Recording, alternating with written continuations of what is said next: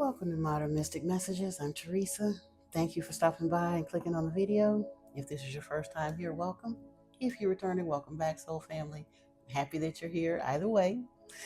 And I wanted to mention something that I'm sure some of you might have figured out by now, but if you hadn't, I definitely want to speak on it because I kind of sort of think it's getting ready to kind of ramp itself up a little bit more.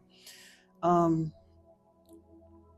in my spiritual evolution, if you will, it became evident to me. I think I've mentioned it before on the channel. I started consistently meditating in the fall. I think it was around September or October of 2016. By 2017, in the spring, by March of 2017, I understood that something was happening, but I wasn't quite sure what. And at first, I thought it was just about being prepared for a twin flame union. Even well, that's not true. I didn't have a clue what twin flames were at the time. I had met someone that, and honestly, it didn't even turn out to be who I thought it was because I had met two people online at a very close proximity to each other. One of them, well, both of them, it was an unusual way that I met them, but at the time I was dating one of them, like starting on this little online thing. And then later on, the other one was in the friend zone. That's a whole other story. But I just thought I was being prepared to go into that union.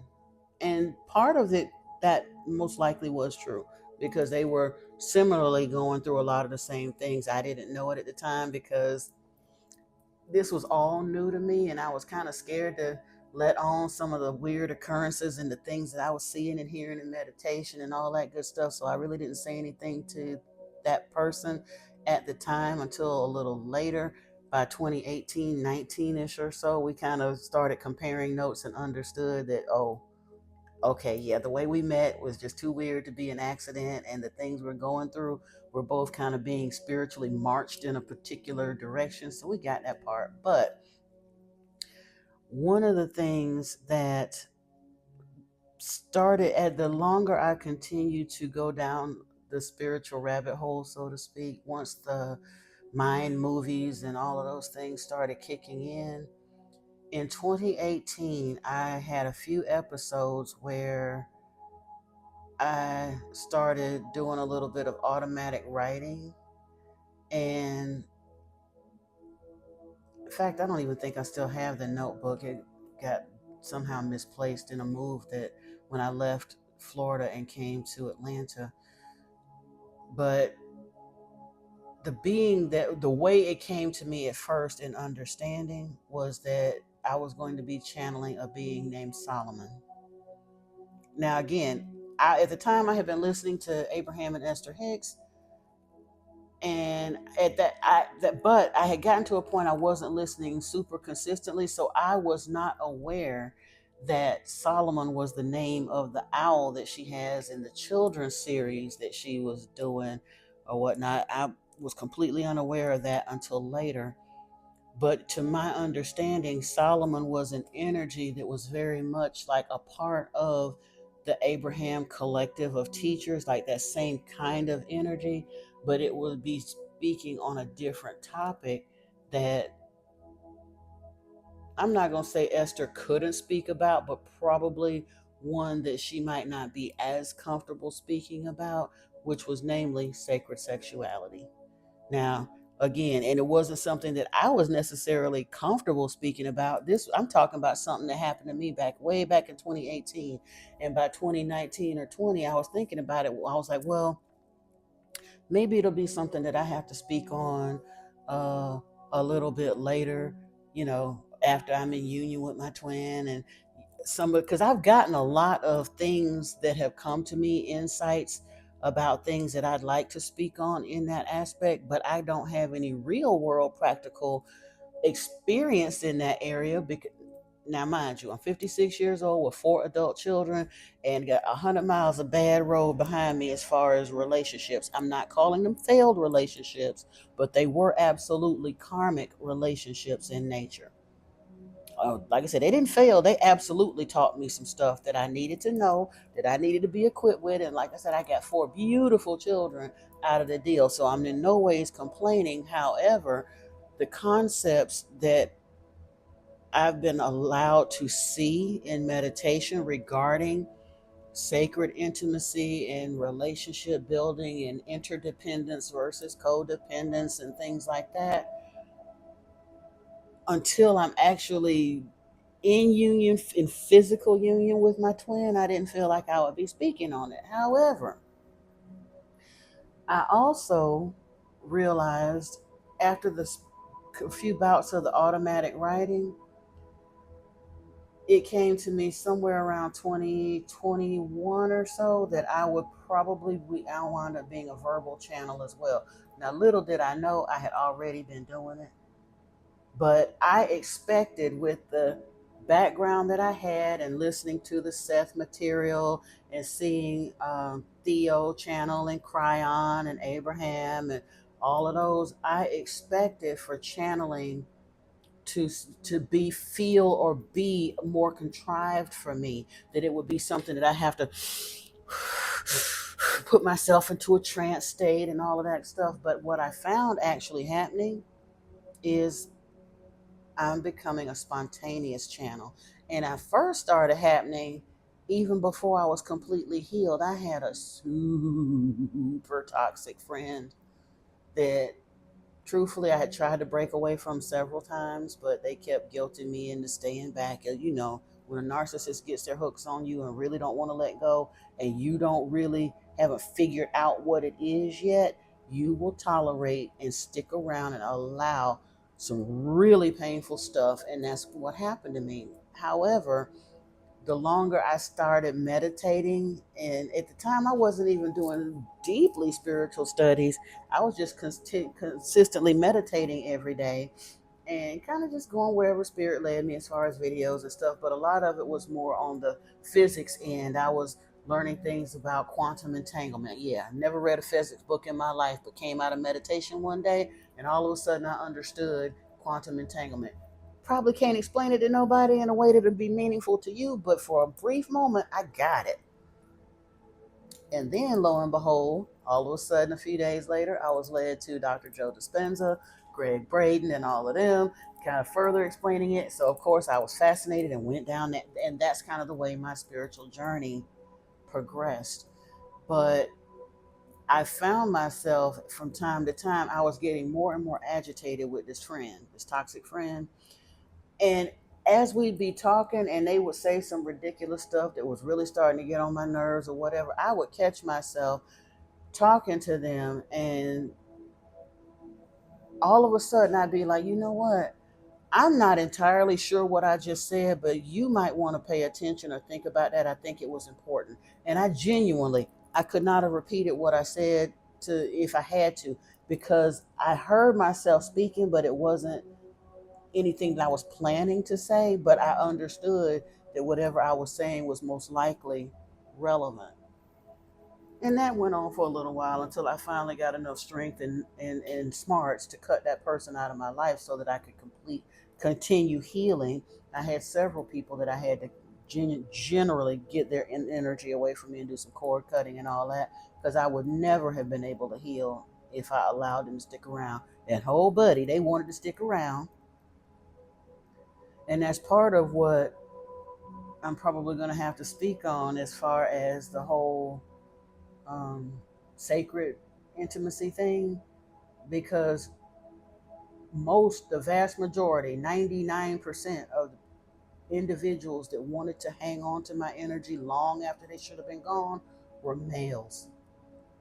Whether I had ever been physically intimate with them or not, there were some that was just sticking around in a weird friend zone thing because they were literally feeding off my energy. And the ones that I had actually slept with in the past, oh, it's a wrap. Honestly, I've only in my entire life, there are probably 2 people that I briefly dated that might not get back with me if they had a chance. Other than that, each and every person that I've ever dealt with, I know that they would get back with me if they had a chance, because they came out the woodwork later and told me. And they keep popping up every now and then trying to make small talk, get back in my good graces, want to be friends, da da da da da, all of. And I'm not saying that from a point of ego, because I had to come to understand it wasn't me that they wanted. They never wanted to do right by me, or I probably would have been married to one of them by now. Thank God I'm not. But it was the energy, because they recognized something in me, even though it was still kind of dirtied over with the trauma and the whatever of the world. They saw and understood a divine high priestess in the making, even before I understood it. But my point is, like I said, that's a whole other conversation. As far as the channeling aspect, I came to realize, especially once I started doing tarot for the channel a little bit. At first, I was very unsure. Um, and honestly, because I was doing readings for the channel in general, I wasn't aware as much of what was happening. It wasn't until I started doing some personal readings for friends or friends of friends outside of that, that I started understanding that I am a spontaneous channel. I would start doing a reading. I call in my guides. I ask for Holy Spirit to make me a clear vessel. And I was reading, seeing things in the cards and speaking to these people. Every single reading that I've ever done, they told me that it hit, like, really, really resonated with them. One of my biggest confirmations was from one of my harshest critics, honestly. My youngest daughter has zero confidence or interest in, absolutely disdains my spiritual work. But when life got to life in her really, really hard, she asked me to do a couple of readings for her a couple years ago. And when I did them, I went ahead and sent her the private link and did all the rest of that. Now, this girl, we were so estranged that we did not speak to each other at all for about 3 years. So by the time I did the reading for her, we were speaking to each other again, but I knew absolutely nothing about her private life or what had happened, been going on in her life. By then, by the time I was reading for her, it had been 5 years since we had had daily contact with each other. So I knew nothing that was going on in her life. We were just beginning to come back into communication. I sat down and did the readings for her. And it's funny because one of the readings she tried to claim didn't resonate, but what I saw in that reading, her oldest sister and I just had a conversation yesterday, and she said out of her mouth the very thing that I saw in those readings, that the one that I was reading for still trying to deny. But I'm like, that ain't what the cards say. That ain't what Spirit said. But the other reading that I did for her, and I did them both within the same time frame. I was just using a couple of different decks of cards and asking a different question. But that first reading that I did for her, she texted back, "Ma, you might want to dial it down a little bit, because it's creepy how accurate that is. You're going to scare people." This is from my very harshest critic, harshest of my spiritual gifts, harshest of me as a person, harshest critic on this planet. So I had no choice but to understand that I am a spontaneous channel. I just didn't understand like I say, it don't have to make sense to me. When I sit down with the cards, the message is for who it's for, whether it's somebody that's going to hear it today, tomorrow, or 5 years from now when they stumble up on it on YouTube. I just sit down with the cards and let it flow. And then truthfully, I really began to understand how much of a channel I was when I actually started doing these kind of spoken messages. Because very often I'll sit down and I know the subject that's going to be talked about that day, but I'm not making an outline. I'm not reading from a prompter or any of that. Every once in a while, I might jot down just a little bit, a few words of a note, notes on there, but not enough to carry me through a 15-20 minute conversation, because I'm not, it's just flowing. And I know it's flowing because I have to go back and listen to them too. A lot of the messages, by the time I watch it, I'm just kind of sitting there smiling to myself. I'm like, dang, that was pretty good. I didn't have any clue. I don't know until I go back and watch it, just like you watching it. But I had to trust it enough to understand that channeling doesn't look the same in everybody. And some folks have a thing, and I'm not criticizing what anybody needs to do to connect. That's on them. I thought it was going to be a more drawn out thing for me. I can remember a couple years ago, I had tried to reach out to Esther, and of course, her gatekeepers kind of shut it down. And I was so disappointed because I had had a Jerry moment. I was in meditation and I bumped into a thought form of theirs or something. I don't know, had a beautiful conversation, and I thought that at some point I was going to wind up connecting with her and she was going to teach me and all that. But you don't have to be taught how to channel. You just have to sit down and let spirit show you how they want to connect with you and let it happen. And I'm grateful to say, because I was worried about whether I was going to look weird or contrived or any of that. And all I have to do is open myself to Holy Spirit and understand. Well, again, I don't dabble in darkness at all, at all. I was raised under programming that made me very, very fearful of dark occult things. Now, I'm not fearful anymore, but I don't subscribe to any of that. So I'm not really worried that whether the information is coming from a good place or not, because it feels too good and it feels too clean and makes too much loving, logical sense for me to be concerned that it's coming from a place of darkness.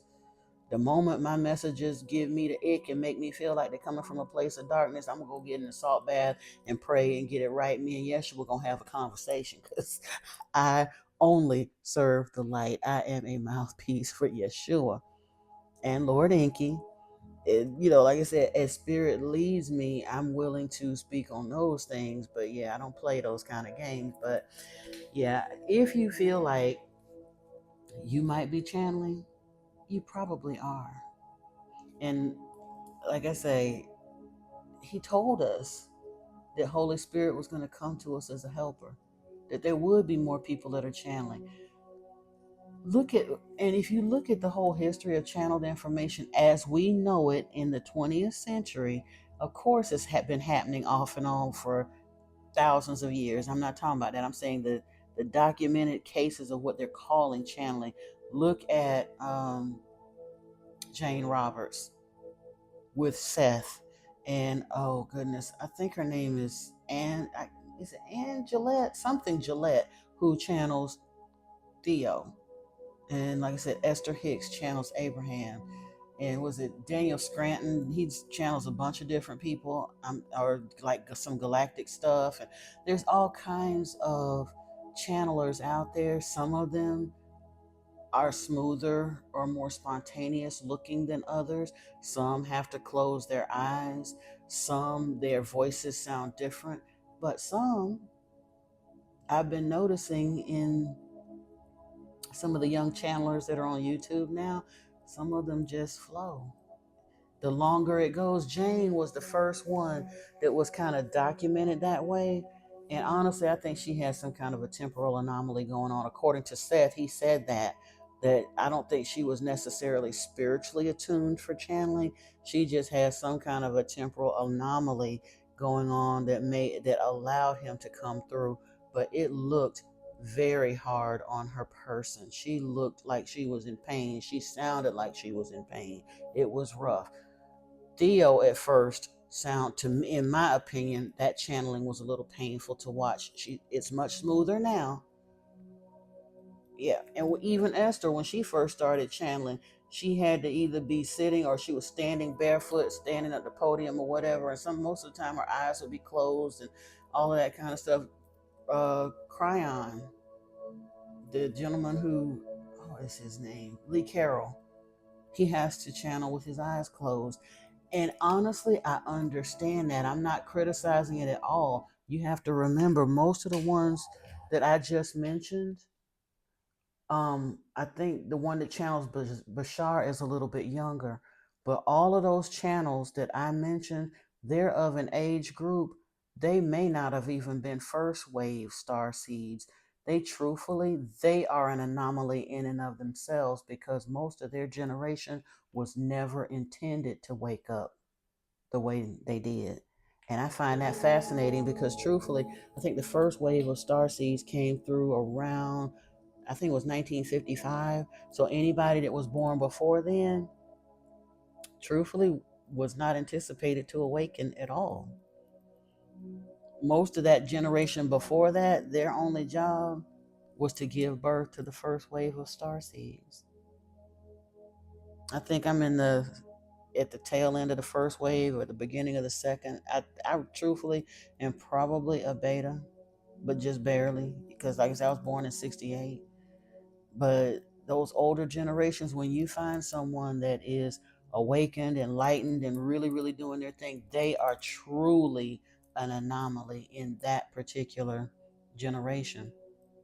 They weren't necessarily supposed to wake up. They just happened to do so, which is beautiful because they were able to bring us a lot of information that helped us as we're finding our way. Each generation is going to bring the next one a little bit more and a little bit more.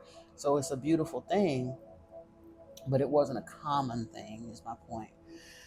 So if you feel like you're starting a channel, if you sometimes catch yourself saying things and don't really know what you said and got to go back and listen to it too, but when you do go back and listen to it, or people are telling you that you just said something profound and you're not really quite sure what you said, start paying more attention to it. Start recording some of that stuff.